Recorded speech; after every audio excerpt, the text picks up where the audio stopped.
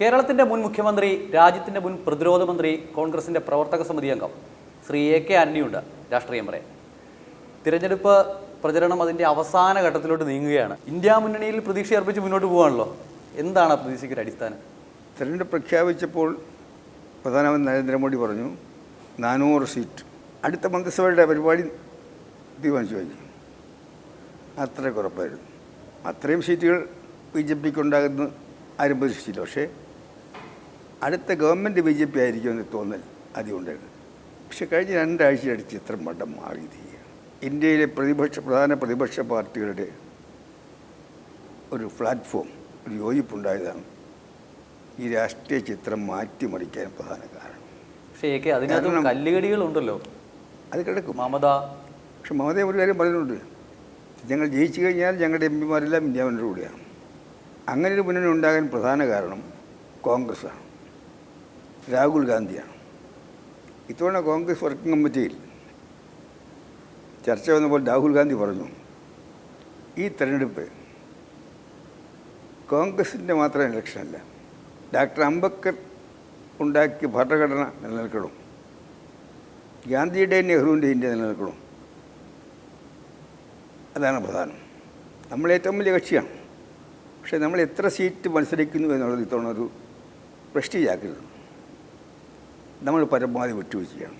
ചരിത്രത്തിൽ ഏറ്റവും കുറവ് സീറ്റിലാണ് ഇത്തവണ. ചരിത്രത്തിൽ ഏറ്റവും കുറവ് 300-ൽ താഴെ സീറ്റ് മത്സരിക്കുന്നുള്ളൂ. ഒരിക്കലും ഉണ്ടായിട്ടില്ല. വലിയൊരു ലക്ഷ്യം നേടാൻ വേണ്ടി കോൺഗ്രസ് കാണിച്ച വിട്ടുവീഴ്ച പ്രഭാവം മറ്റ് പ്രതിപക്ഷ പാർട്ടികളിലും സ്വാധീനമുണ്ടാക്കി. അങ്ങനെയാണ് 28 പാർട്ടികളുടെ മുന്നണി ഉണ്ടായത്. അതോടുകൂടി ചിത്രം മാറി. കാരണം 28 പാർട്ടികൾ ചോദിച്ചു കഴിഞ്ഞപ്പോൾ 28 പാർട്ടികൾ മാത്രമല്ല, ആ 28 പാർട്ടികളുടെ അണികളിൽ ചേരാത്ത ജനങ്ങളും കഴിഞ്ഞ 10 വർഷത്തെ മോഡി ഭരണത്തോട്, BJP ഭരണത്തോട്, RSSൻ്റെ അണിയറയിൽ നിന്നുള്ള ചരടുവലിയോട് ഇഷ്ടപ്പെടാത്ത ഒരുപാട് അവരില്ല. ഒരു പ്രതീക്ഷ വന്നു. ഈ വെണ്ടറ്റ പൊളിറ്റിക്സ്, പ്രതികാര രാഷ്ട്രീയം പോയാൽ ഇന്ത്യയിൽ ഭാവിയിൽ സ്വതന്ത്രമായ തിരഞ്ഞെടുപ്പ് ഉണ്ടാകുമോ, അതോ ഒരു കൺട്രോൾ ഡെമോക്രസിയിലേക്ക് ഇന്ത്യ മാറുമോ? പല രാജ്യത്തിപ്പോൾ ആ ആശങ്കയും ആ ഭീതി, അതും വലിയ വിഭാഗം ജനങ്ങളെ ഇനി BJP ജയിക്കാൻ അനുവദിച്ചുകൂടാ ഇന്ത്യ മുന്നിലേക്ക് വരാൻ ഒരു ഘടകമായിട്ടുണ്ട്. അതിൻ്റെ കൂടെ വന്നത് രാഹുൽ ഗാന്ധി എന്ന് പറയുന്ന ഒരു നേതാവിൻ്റെ ഉദയമാണ്.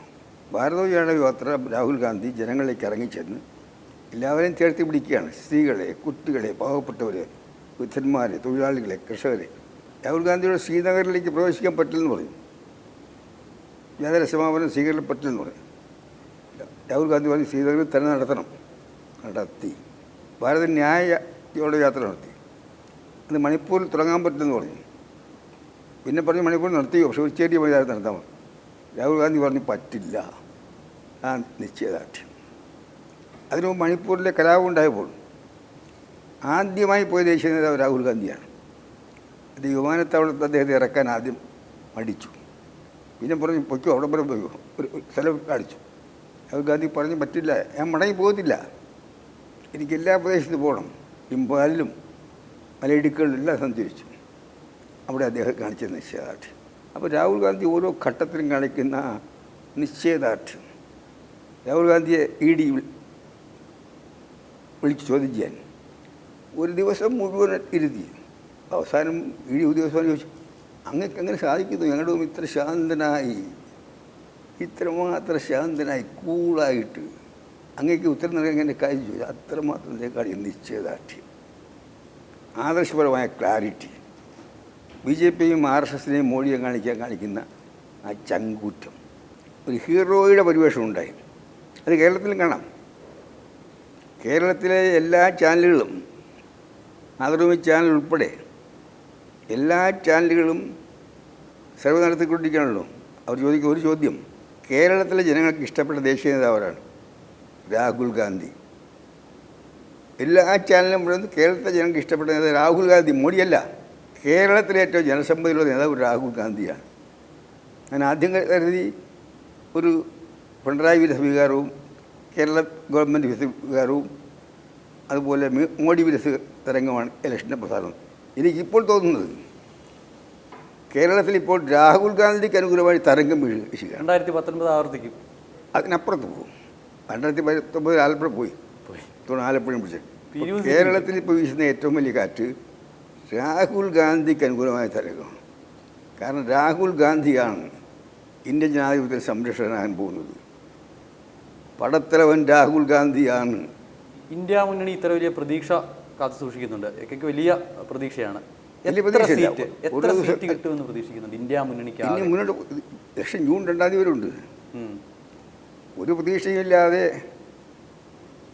തുടങ്ങിയ ഇലക്ഷൻ ഇപ്പോൾ ഈ ഘട്ടം എത്തിയപ്പോൾ തന്നെ ഇന്ത്യ മുന്നണിക്ക് ജയിക്കാൻ സാധ്യതയുണ്ട്. ഭരണമാറ്റം ഉണ്ടാക്കാം, BJP താഴെ ഇറക്കാം, മോഡിയുടെ ഭരണത്തിന് അസ്തമനം ഉണ്ടാക്കാമെന്ന് പ്രതീക്ഷ വന്നിരിക്കുന്നു. ഇനി ഇലക്ഷൻ മുന്നോട്ട് പോകണം. ഈ ജനങ്ങളിൽ വന്നിരിക്കുന്ന മാറ്റം അത് കൂടുതൽ അനുകൂലമാക്കാൻ കോൺഗ്രസിൻ്റെയും UDFിൻ്റെയും പ്രവർത്തകന്മാർ ഇങ്ങനെയുള്ള ദിവസങ്ങളിൽ ആഞ്ഞു പിടിക്കണം. അലസ്യം പാടില്ല. അങ്ങനെ ആലസ്യം കാണിക്കുന്നുണ്ട് ഏതെങ്കിലും മണ്ഡലത്തിൽ? എല്ലാവരും സംസാരിക്കുന്നൊക്കെ ഉണ്ടല്ലോ. അപ്പോൾ ആലസ്യമില്ല. ചിലർക്കൊക്കെ പരാതി ഉണ്ടെന്നു, ചില സ്ഥാനാർത്ഥികൾക്ക് പരാതിയായിട്ട്. ഒന്ന്, തെരഞ്ഞെടുപ്പുകൾ ഇന്ത്യയിൽ ഓരോ ഇലക്ഷൻ കഴിയുന്നതോറും പണം ഒരു പ്രശ്നമാണ്. ഈ ഇലക്ഷനിൽ കോൺഗ്രസിന് പണം കുറവാണ്. തീർത്തുമില്ലെന്ന് ഞാൻ പറഞ്ഞില്ല, പണം അത് ബാധിക്കുമോ? തെരഞ്ഞെടുപ്പ് ഫലത്തെ ബാധിക്കുമോ? പക്ഷേ ഇപ്പോൾ ഞാൻ കാണുന്നത് എങ്ങനെയെങ്കിലും ഈ ഭരണം അവസാനിപ്പിക്കണമെന്ന് ആഗ്രഹിക്കുന്ന ആ വാശി പ്രവൃത്തിയിൽ വന്നിട്ടുണ്ട്. കോൺഗ്രസ് സഹായിക്കുന്ന ആൾക്കാർ മുന്നോട്ട് വരുന്നുണ്ട്. കോടികൾ നൽകുന്നില്ല, പക്ഷേ ആയിരങ്ങളും 100ഉം 10ഉം 5ഉം കൊടുക്കുന്നുണ്ട്. കേരളത്തിൽ 20 സീറ്റിലും ഒക്കെ പ്രതീക്ഷ വയ്ക്കുന്നുണ്ട്. തോൽക്കുന്ന സീറ്റുകളൊന്നും കാണുന്നില്ല. തോറ്റ സീറ്റ് ആലപ്പുഴയാണ്. അത് KC വേണുഗോപാൽ കാൻഡിഡേറ്റ് ആയതുകൊണ്ട് തന്നെ അത് ഞങ്ങൾക്ക് അനുകൂലമായി കിട്ടി. ഏറ്റവും വലിയൊരു വിമർശനം ഇന്ത്യ മുന്നണി ഒക്കെ ആയി ഇങ്ങനെ ഒന്നിച്ച് നിൽക്കുകയാണ്. എങ്ങനെയെങ്കിലും BJP താഴെ ഇറക്കുക എന്ന ലക്ഷ്യമായി പോകുമ്പോൾ രാഹുൽ ഗാന്ധി വീണ്ടും വയനാട്ടിലേക്ക് വന്നു എന്നുള്ളത് ഒരു തെറ്റായ തീരുമാനം എന്ന് തോന്നുന്നുണ്ട്. അത് ഇടതുപക്ഷത്തിന് പറ്റിയ ഏറ്റവും വലിയ തെറ്റ്, വയനാട്ടിൽ ഇന്ത്യ മുന്നണിയുടെ ദേശീയ തലത്തിൽ എല്ലാ പാർട്ടികളും അംഗീകരിക്കുന്ന നേതാവായ രാഹുൽ ഗാന്ധിക്കെതിരായിട്ട് ഒരു സ്ഥാനാർത്ഥിയോട് നടത്തി തെറ്റിപ്പോയി. കാരണം രാഹുൽ ഗാന്ധി വയനാട് പുതുതായിട്ട് വന്നതല്ല. സിറ്റിംഗ് MP 4 ലക്ഷത്തിലേറെ വോട്ടിൻ്റെ പുരുഷൻ ജയിച്ചു. അങ്ങനെ അവരുടെ ഒരാളായിട്ട് നിൽക്കുന്നത് രാഹുൽ ഗാന്ധിയെ. ഇന്ത്യ മുന്നണിയിലെ ഇപ്പോഴത്തെ ഏറ്റവും വലിയ നേതാവിനെ കേരളം ഒഴിച്ചുള്ള എല്ലാ സംസ്ഥാനങ്ങളിലും ഇന്ത്യ മുന്നണിയിലെ എല്ലാ പാർട്ടികളും ഈ തെരഞ്ഞെടുപ്പിൽ രാഹുൽ ഗാന്ധിയുടെ ഫോട്ടോ വെക്കുന്നുണ്ട്. അങ്ങനെ ഒരു നേതാവിനെതിരായിട്ട് തോൽക്കാനും വേണ്ടി ഒരു സ്ഥാനാർത്ഥിയെ ഇടതുപക്ഷം നിർത്തിയത് അവർ കാണിച്ച ഏറ്റവും വലിയ തെറ്റായിപ്പോയി. ഈ ഏറ്റവും വലിയ വിമർശനവുമായി രംഗത്തെത്തുന്നത് മുഖ്യമന്ത്രി തന്നെയാണ്. ഈ രാഹുൽ ഗാന്ധിയുടെ വരവിലടക്കം മുഖ്യമന്ത്രി ഒരു ആത്മപരിശോധന തയ്യാറാകണം. കഴിഞ്ഞ എല്ലാ ഇലക്ഷനിലും അദ്ദേഹത്തിനെ തമിഴ്നാട്ടിൽ പ്രചരണത്തിന് വിളിക്കുമായിരുന്നു, കർണാടകത്തിൽ വിളിക്കുമായിരുന്നു, ആന്ധ്രയെ വിളിക്കുമായിരുന്നു, തെലങ്കാനയെ വിളിക്കുമായിരുന്നു. ഇത്തവണ എന്തുകൊണ്ട് കേരളം വിട്ട് ഒരു സ്റ്റേറ്റിലും അദ്ദേഹത്തിനെ തെരഞ്ഞെടുപ്പ് പ്രചരണത്തിന് വിളിക്കുന്നില്ല? കാരണം തമിഴ്നാട്ടിൽ ഇന്ത്യ മുന്നണിയായിട്ടാണ്. അവിടെ സ്റ്റാലിനും രാഹുൽ ഗാന്ധിയും ഇല്ലാത്ത ഒരു വാൾ പോസ്റ്റില്ല, ഒരു കൊടിയില്ല. ആന്ധ്രയിൽ അത് തന്നെ സ്ഥിതി. രാഹുൽ ഗാന്ധിയെ കുറ്റപ്പെടുന്ന ഒരു പ്രസംഗം നടത്തിയാൽ അതോട് തീർന്നു CPM സ്ഥാനത്തിന് വിജയസാധ്യത. അതുകൊണ്ട് അവരെല്ലാം പറയുന്നു, ദയവ് ചെയ്ത് ഇത്തവണ ഇങ്ങോട്ട് വരണ്ട. ഇങ്ങനൊരു അൺടച്ചബിലിറ്റി അദ്ദേഹത്തിനുണ്ടായി, അസ്പൃശ്യത. രാഹുൽ ഗാന്ധിയെ കൂടി പുകഴ്ത്താനാണെങ്കിൽ വന്നവെന്ന് പറയുന്നത്. അനിൽ BJPയിലേക്ക് പോയതിനെ ഒക്കെ എങ്ങനെ കാണുന്നത്? പലപ്പോഴും വിശദീകരിച്ചിട്ടുണ്ട്. പക്ഷേ it is A close chapter. ആദ്യം എനിക്ക് ഞെട്ടലായിരുന്നു. പക്ഷേ ഏത് ഞെട്ടലിനും ഒരു പരിഹാരമുണ്ടല്ലോ. മനുഷ്യൻ അത് കുറേ കഴിയുമ്പോൾ ഉൾക്കൊള്ളും. ഇപ്പോൾ ഞാൻ ഉൾക്കൊള്ളു. ഇപ്പോൾ മകൻ വീട്ടിൽ വന്നാൽ പറയുമ്പോൾ നമുക്ക് രാഷ്ട്രീയം സംസാരിക്കേണ്ട വീട്ടിൽ. അതിനുശേഷം ഞങ്ങൾ സംസാരിക്കാറില്ല. ഞങ്ങൾ ടെലിഫോൺ സംഭാഷണമില്ല. രാഷ്ട്രീയം ഒഴികെ നല്ല ബന്ധം കീപ്പ് ചെയ്ത് പോകുന്നുണ്ട്. വീട്ടിൽ വരുമ്പോൾ സംസാരിക്കും. ഇങ്ങനെ ഒരു കൊഴിഞ്ഞുപോക്ക് ഏതെങ്കിലും കാലത്തേക്കിടെ സ്വപ്നത്തിലുണ്ടായിരുന്നു? ആ ചാപ്റ്ററിൽ ക്ലോസ് ചാപ്റ്റർ. അങ്ങനെ BJP, ഞാൻ കോൺഗ്രസ്. പത്തനംതിട്ടയിൽ എന്ത് നടക്കും? പത്തനംതിട്ട ആന്റോണി ജയിക്കും. ഞാൻ അതിനെക്കുറിച്ച് പറഞ്ഞല്ലോ. BJP കേരളത്തിൽ ഒരു സീറ്റ് ജയിക്കാൻ പോകില്ല. BJPയുടെ ഒരു നല്ല കാലം കഴിഞ്ഞു. ഇപ്പോഴത്തെ പ്രതികരണങ്ങളെല്ലാം മാധ്യമങ്ങളിലൂടെയുള്ള പ്രതികരണമാണ്. തെരഞ്ഞെടുപ്പ് പ്രചാരണത്തിന് അവസാന ഘട്ടത്തിലേക്ക് ഇറങ്ങാൻ ഇങ്ങനെ ഒരു ആലോചനയുണ്ട്. മനുഷ്യൻ്റെ ആഗ്രഹം വേണ്ടത് ശാരീരിക പ്രശ്നമാണ്. എനിക്ക് ഡൽഹിയിലായിരുന്നു പോകും. 2 പ്രാവശ്യം കോവിഡ് വന്നു. ആദ്യത്തെ കോവിഡ് തന്നെ എന്നെ ഒലച്ചു. 16 ദിവസം ആളിൻ്റെ ഇൻസ്റ്റിറ്റ്യൂട്ടിലാണ്. ഇവിടെ നിന്ന് രക്ഷപ്പെട്ടു പോകുന്നതാണ്. അത് പഴയ അക്കാദമി അല്ല. ഈ നെഹ്റു കുടുംബത്തോട് വലിയൊരു ആരാധന, ഒരു അമിത ആരാധന പലപ്പോഴും തോന്നിയിട്ടുണ്ട്. അങ്ങനെ ഒരു കാര്യം അതുപോലെ തന്നെ നെഹ്റു കുടുംബത്തെ ഞാൻ ദൂരെ നിന്ന് കണ്ടിട്ടുണ്ട്. KSU യൂത്ത് കോൺഗ്രസ് കാലം മുതൽ വല്ലാർ രവി, ഉമ്മൻചാണ്ടി, ഞാനൊക്കെ അടങ്ങുന്ന ആ യുവജന നില ഏറ്റവും കൂടുതൽ പ്രോത്സാഹിപ്പിച്ച ഇന്ദിരാഗാന്ധിയാണ്. 1984 ഡൽഹിക്ക് വിളിപ്പിച്ച് എന്നെ ജനറൽ സെക്രട്ടറി ആക്കി. പിന്നീട് രാജീവ് ഗാന്ധിയുമായിട്ട് അടുത്തു. അദ്ദേഹത്തിൻ്റെ രാജ്യസ്നേഹം, അദ്ദേഹത്തിൻ്റെ മനുഷ്യത്വം, സോണിയാഗാന്ധിയുടെ രാജ്യസ്നേഹം മാത്രമല്ല, നിലപാടുകളിൽ ജവഹർലാൽ നെഹ്റു മുതൽ ഇന്ദിരാഗാന്ധി മുതൽ രാജീവ് ഗാന്ധി, സോണിയാഗാന്ധി, ഇപ്പോൾ രാഹുൽ ഗാന്ധി, അവരെല്ലാം ഇന്ത്യ രാജ്യത്തിൻ്റെ മതേതരത്വത്തിന് വേണ്ടി, ഭൂശ്രദ്ധയ്ക്ക് വേണ്ടി അതിനെ കോൺഗ്രസ് മാനിഫെസ്റ്റോ എടുത്ത് നോക്കൂ. ആ മാനിഫെസ്റ്റോയിൽ ഒരു CAA ഇല്ലെന്നാണ് മുഖ്യമന്ത്രി പറയുന്നത്.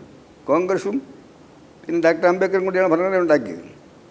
അതിൽ article India is union of state, പിന്നെ നാനാത്വത്തിൽ ഏകത്വം, ഡൈവേഴ്സിറ്റി, 5 മുതൽ 12 വരെയുള്ള ആർട്ടിക്കിളാണ് പാർട്ട് പറഞ്ഞിരിക്കുന്നത്. അതിൽ പറഞ്ഞിരിക്കുന്നത് ഇന്ത്യയിൽ ജനിച്ച എല്ലാവരും ഇന്ത്യൻ സിറ്റിസൻസ്, സ്ഥിരമായി ജീവിക്കുന്ന എല്ലാവരും ഇന്ത്യൻ സിറ്റിസൻസ്, മതം ഒരു പ്രശ്നമല്ല. ആ ഭരണഘടനയാണ് ഞങ്ങൾ സംരക്ഷിക്കണമെന്ന് പറയുന്നത്. മുഖ്യമന്ത്രി ഇവിടെ കലക്കൊണ്ടാക്കാൻ ശ്രമിക്കുകയാണ്, സമുദായ വികാരം ആളിക്കത്തിക്കാൻ ശ്രമിക്കുകയാണ്. അത് കമ്മ്യൂണിസ്റ്റ് പാർട്ടികളുടെ പാരമ്പര്യമാണ്. അതുകൊണ്ട് മുഖ്യമന്ത്രി ദയവ് ചെയ്ത് രാഹുൽ ഗാന്ധിയേക്കാൾ ഞാനാണ് ഇന്ത്യ മുന്നണിക്ക് ബാധിക്കുന്നത് പറയരുത്. ഇന്ത്യ മുന്നണിയിൽ ഒരു പ്രധാനപ്പെട്ട സ്ഥാനം ഇടതുപക്ഷ രാഷ്ട്രീയത്തിലുണ്ട്, മാർക്സിസ്റ്റ് പാർട്ടിക്കുണ്ട്. എന്തായാലും ചോദിച്ച വിഷയങ്ങളിലെല്ലാം നയം വ്യക്തമാക്കുന്നുണ്ട് AK ആൻ്റണി. എന്തായാലും ആരോഗ്യമൊക്കെ നന്നായി തന്നെ ഇരിക്കട്ടെ. നന്ദി.